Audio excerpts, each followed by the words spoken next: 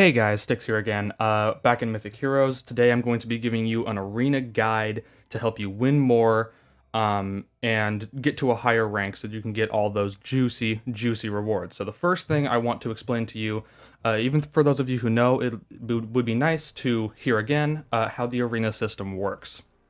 So really, it's just a ranking system where the more you win, the higher your rank gets, and then at the very end of the season, which is, I believe, 2 weeks, you get cash out rewards based on what rank you achieved. So if you go into here, silver, gold, platinum, and then I can't remember if this is like masters or champion or something. I've never gotten there, but really only in the highest or most competitive servers will you find people with this rank. But basically, oh yeah, forgot about that too.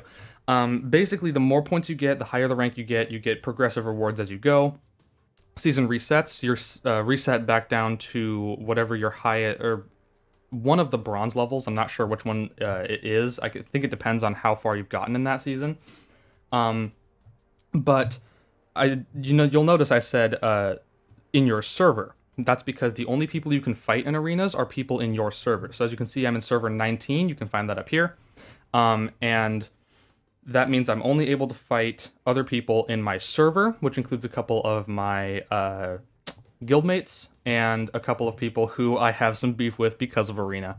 But yeah, that's the basic way the arena system works, is you fight other people with their teams. And now that leads me into the team building section of this. So there are two types of teams you want to build for arena. And this is an enormous thing that I didn't even figure out until pretty recently. So this is my arena team. This is what I use for offense and defense, actually. This is currently my defensive formation. I'm planning on changing it soon. But what that means is there are two different teams. There's offense and there's defense, and they have very different goals. The offensive team is supposed to kill all of your opponent's heroes with as much efficiency as possible. So you're trying to output a lot of damage in a short amount of time before they are able to heal up or use all that juicy tank defense to keep their team alive. So, of course, you still want a balanced team. So this is actually my offensive team as well. I go for a turbo ult build. So Odin buffs Lucifer, Western Queen buffs Lucifer, and then also Idun gives energy to Lucifer. So as many ults as I can get off is best for my team, but that's offensively. And you can, of course, build that however you'd like. General team composition consists of 2 tanks, 2 supports, and a fighter, or 1 support, 2 tanks, and 2 fighters, something along those lines. Now, for a defensive team, the only goal you have, the only thing that team is trying to do is stay alive for the full 90 seconds. So, generally, you'll want to go for no fighters.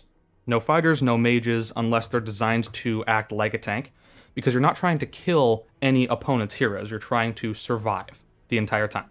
So what I would recommend is maybe something like 3 tanks and 2 supports, both of which are healers, or something along those lines. So you have a lot of high defense heroes, and then things that will keep them topped up on health.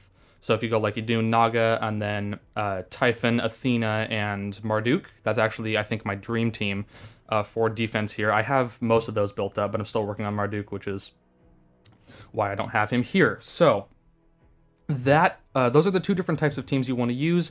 You can, of course, do whatever you'd like. That's just what I've found to be most effective and what I've fought in the past that has caused me the most amount of trouble. So now let's get into who you want to attack. So if I go into challenge here, you'll see that I'm number 7 on the leaderboard. All of these numbers over here are where these people are on the same leaderboard. So this person, Ryzen, is at 3. This person, Dream Team, is at 4. Hades is just below me at 8. So you can find that here. And that will generally tell you, even more than their power will, either how active they've been in arena or how well they've been doing. And you can gauge that depending on their rank in other seasons and whatever. But you'll see that some of these numbers are red. That's just because they are much stronger than me. So it might be like 10, 15, 20%. I'm not sure what it is. But if they are X amount of power greater than mine, their power will show up red. and that means that it's likely a very difficult fight because they have such a higher power. These white powers here are, they just mean that those people are more on your level or they're below you. So see, they're at 21-2, and I'm at 25-9, basically, which means that is probably going to be an easier fight. Same deal with Quim here. And generally, you want to go for the people with the white powers here.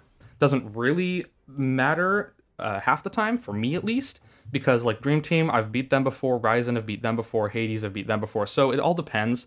If you're going to be active in Arena, you probably want to be doing some research and just taking a look at what happens throughout the season, so you know who you can safely attack and win against.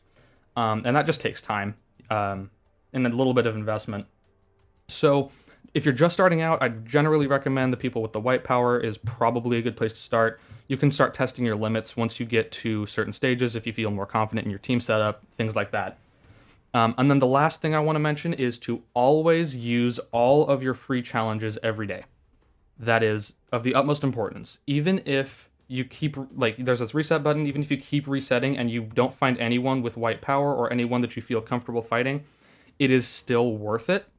And I'll tell you why. Because even if you lose an attack attempt and you go down a little bit in your points in your ranking, it's still going to be worth it in the long run because you still do get 200 arena points, which are helpful for the shop. So even if you're losing a little bit here, if your defensive setup is good enough, people aren't going to be absolutely spamming the destruction on your team, and so you won't be losing quite that much. You can see here Dream Team kind of wrecked me recently, but yeah, you really want to be using all of your attack attempts every day. That's just so that you can climb in the ranks, get more points, you know how it is. And then if you ever get any of these, you can also use those at your discretion. So yeah, that is basically how Arena works, what you should be doing, and what is most effective if you want to be good. If you guys have any questions, any comments, anything you want to see me do afterward, feel free to let me know in the comments. Constructive criticism is always welcome, and I will see you guys when I do another one of these.